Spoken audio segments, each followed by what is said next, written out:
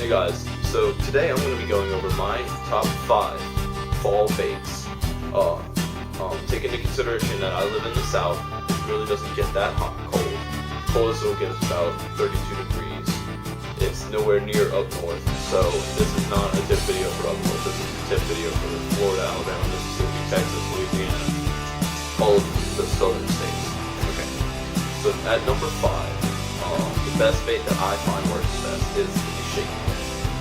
Okay, this is called the wobble head, but it's the same principle. Basically, it is a jig head with a little hook, and it stands straight up in the water.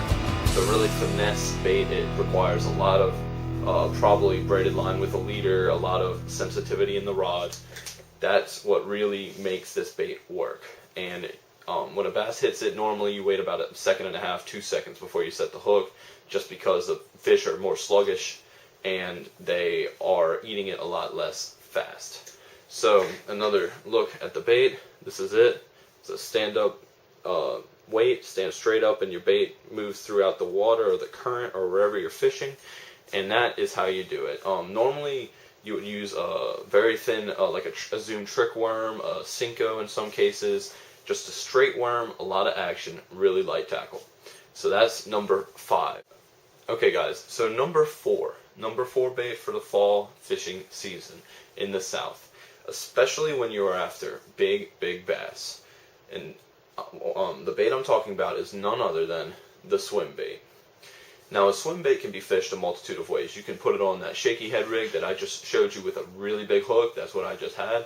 Or you can do a big, wide 4-aught offset hook with a weight in the middle. Okay, now this bait right here has the little tail. It swims. You can fish it as fast or as slow as you want to.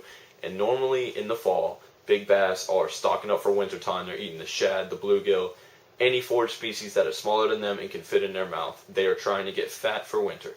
Okay, so the swim bait is a go-to bait in the south because they have a lot of big bass in the south and a lot of big bass that are active due to the temperatures not really going down too much. So that is the number 4 bait, and I'll get to number 3. Alright, so the number 3 bait is a more finesse way of fishing. Fall in the south doesn't really get too cold, but the fish get finicky. So aside from the shaky head finesse presentation, you also can throw a wacky rigged Cinco. A wacky rigged Cinco allows you to throw into laydowns, things that are a lot less fish, or people would think don't hold fish during the fall. Actually, during the fall, the fish are in about 6 to 10 feet of water. That allows for, there's still going to be vegetation down there depending on the water clarity, laydowns, all of the above. And a Cinco gets you down there, really small presentation, just kind of floats down there, and the bass will eat it up. So that is number 3.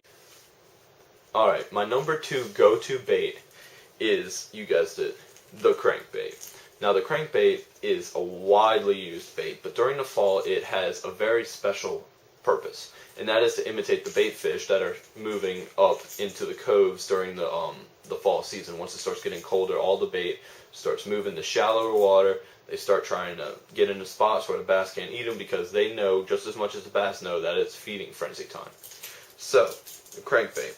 I like to fish square bills because I fish in a lot of laydowns in a lot of areas that are very hard to get, like wooded areas underwater. So, square bill crankbait allows you to bounce off the wood. Also, square bills I've found are just smaller movement. Looks like a bait fish. You can mark them really fast. You can work them really slow. There's a lot of uses for them, and they are the number 2 bait on my list of best baits to catch fall bass on. And my number 1 bait for fall fishing would probably have to be a finesse jig. And a lot of people would probably disagree with me on this, but a finesse jig can be fished in 20 feet of water. It can be fished in 1 foot of water. And if you figure out a pattern where all the bass are moving into deeper water or shallower water, you can always throw the jig. The jig imitates a crawfish. You can imitate, this one is imitating a little bluegill if you can see those colors. The bass will eat this up. With a jig though, you have to wait about 2 seconds once you see your line moving, or you feel that thump before you set the hook, just because it's very hard for them to eat it. Plus the trailer's probably going to be bulky, especially because of fall, and the little weed guard.